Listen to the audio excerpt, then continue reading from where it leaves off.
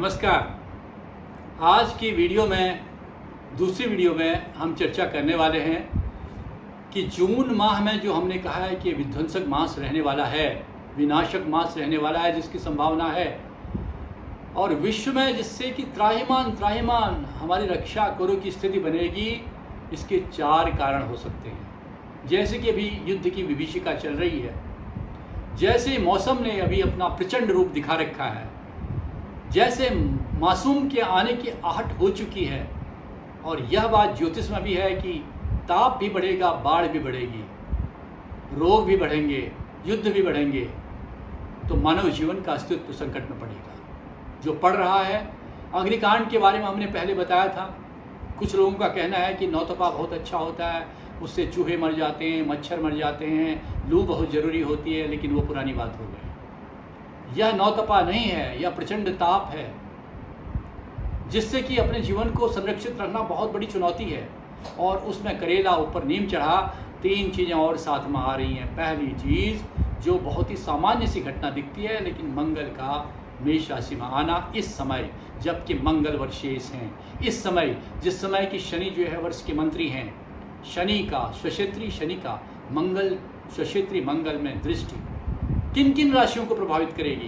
पहली राशि होगी कर्क, मंगल के कारण कर्क राशि को। दूसरी राशि होगी तुला, तीसरी राशि होगी वृश्चिक। और शनि के दृष्टि के कारण कौन कौन सी राशियां प्रभावित होंगी? मेष राशि और सिंह राशि मुख्य रूप से। तो ये 5 राशियां मेष, सिंह, कर्क, तुला और वृश्चिक, इन राशि वालों को देखना है कि अपना समय कैसे निकालें, किस तरह से चुनौतियों का सामना करें, रिस्क को कैसे अपने जीवन में कम करें और सावधानी किस तरह से महत्तम बनाए रखें। उनको जप करना है पंचदेव का, गणेश का, शिव जी का, दुर्गा का, विष्णु भगवान सत्यनारायण का और हनुमान जी या सूर्य का। इन 5 का निरंतर जप करें। गणेश जी में दूर्वा चढ़ाएं, शिव जी में जल चढ़ाएं, जल से अभिषेक करें, सत्यनारायण भगवान का जौ से अभिषेक करें और ओम नमो भगवते वासुदेवाय का मंत्र कहें।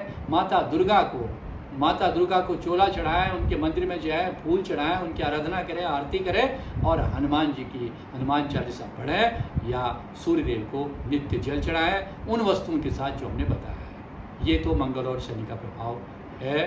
दूसरा जो हमने आपको चीज़ बताई थी, इसमें शनि का वक्री होना एक बहुत बड़ी घटना है। शनि जो कि इन 9 जितने ग्रह हैं, जितने प्लैनेट्स हैं, उनमें जो सबसे बड़े दंडाधिकारी हैं, सबसे बड़ा अधिकार जिनको मिला है, सबसे बड़े जो विध्वंसक ग्रह हैं वो शनि हैं। जो अर्श को फर्श में बदल दे, जो आकाश को पाताल में बदल दे, जो किसी भी राजा को रंक बना दे, रंक को राजा बना दे, वो शनिदेव वक्री हो रहे हैं। और वक्री हो रहे हैं 29 तारीख की रात्रि में। बहुत सारे परिणाम हैं। इसमें बाढ़ की विभीषिका आ सकती है, इस समय प्रकृति का ताप बढ़ सकता है, दुर्घटनाएं जन्म ले सकती हैं और बहुत क्रोध बढ़ सकता है, हिंसा बढ़ सकती है, लोग आहत हो सकते हैं, छल हो सकता है और साथ साथ आर्थिक अपराध हो सकते हैं, बर्बाद हो सकते हैं वो लोग जो रिस्क ले रहे हैं। बहुत सावधान रहें जिस समय की शनि वक्री है। और ये शनि का वक्री होना पूरा इस समय के निर्णय, आपके 29 जून के पहले के निर्णय आपको मुक्ति देंगे 15 नवंबर के बाद। बहुत सावधानी से जून के महीने में निवेश में निर्णय लीजिए, संबंधों में निर्णय लीजिए, वाणी पर निर्णय लीजिए, किसी भी तरह का आचरण में निर्णय लीजिए और साथ साथ अपनी यात्राओं में और अपने जोखिम को बिल्कुल तय करके रखिए। तीसरी जो चीज़ है, साथ में आपको लगेगा मैं आपको डरा रहा हूँ, नहीं। आप जब देखेंगे यूट्यूब में इधर तो बड़ी बड़ी बातें लिखी हुई हैं, उन पर ध्यान मत दीजिएगा। सब चीज़ का समाधान है। केवल चेतावनी इसलिए दी जाती है कि ये इस तरह की संभावनाएं हैं। जैसे रूस यूक्रेन का युद्ध हो रहा है तो बार बार कहेंगे कि एटम बम फटने वाला है। अभी तक नहीं फटा, हो सकता है फट जाए क्योंकि स्थिति भयंकर है। लेकिन जो भी आपको बता रहा है, युद्ध की विभीषिका बढ़ रही है, यही आपको पंचांग बता रहा है। और तीसरी चीज़ जो है, शनि के 5 बार होना बहुत बड़ी घटना नहीं है। कई बार होते हैं 5 शनिवार किसी चांद्रमास में, लेकिन इस समय 5 शनिवार का होना भी शनि की क्रूरता को बढ़ाएगा। और चौथी चीज़ जो कि 2021 में सितंबर मास में हुई थी, कोरोना काल में हुई थी, और उस समय जब भी यह त्रयोदश दिन पक्ष होता है, कोई भी पक्ष 13 दिन का होता है सामान्यतः, कोई भी पक्ष वह 14 दिन, पहले तो 15 दिन का होगा सामान्य, और अगर उसमें तिथिक्षय हो गया तो 14 दिन का हो गया, तिथि वृद्धि होगी तो 16 दिन का हो गया। लेकिन 13 दिन का होना अत्यंत असामान्य घटना है और जिसका ज्योतिष में बहुत बड़ी चेतावनी के रूप में इसको दिया गया है। महाभारत काल में त्रयोदश दिन का पक्ष था और उसको नाम दिया है विश्वभ्रष्ट पक्ष। पूरे संसार का संहार करने की क्षमता होती है इस पक्ष में।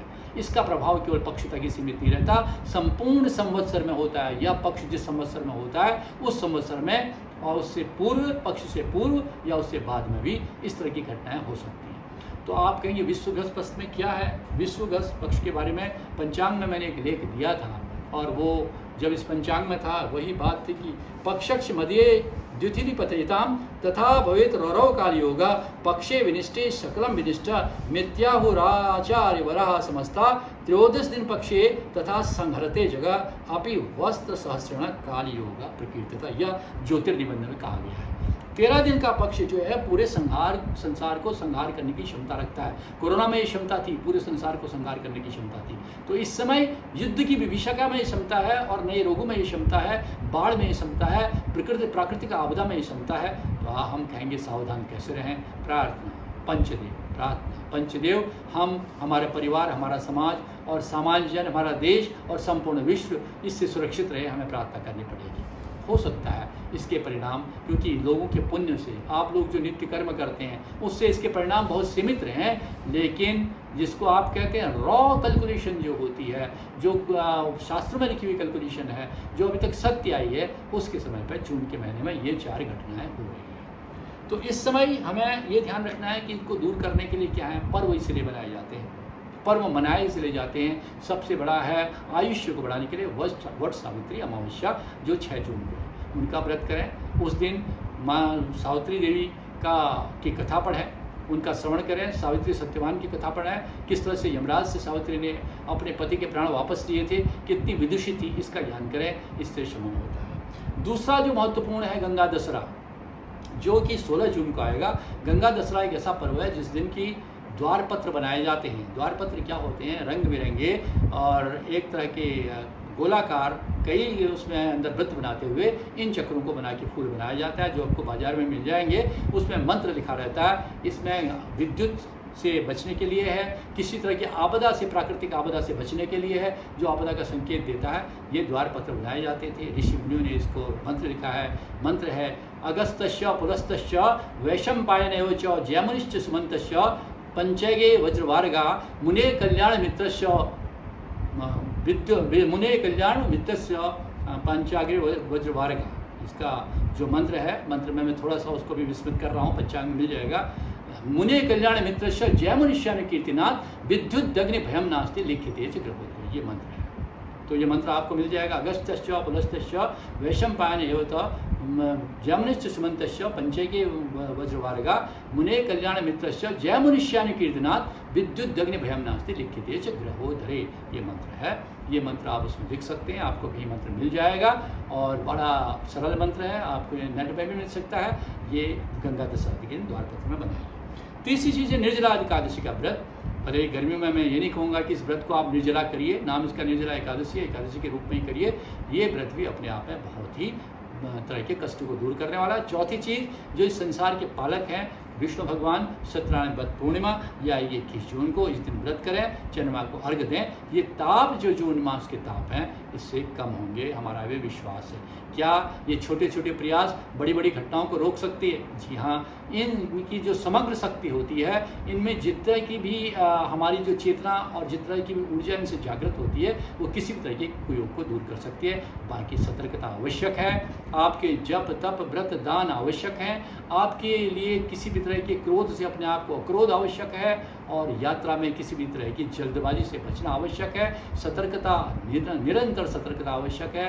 यात्रा में, खान पान में, चलन में, आचार में, व्यवहार में, व्यापार में, निवेश में और किसी के साथ संबंध के साहचर्य में। तो आपका दिन शुभ हो इन सब उपायों के साथ। उपाय में सबसे पहले पंचदेव का स्मरण, सूर्य को जल चढ़ाना, शिव जी में बेलपत्र, दूध, दही, घी इनको सूर्यदेव को अर्पित करना, उनका उसके साथ जलाभिषेक करना।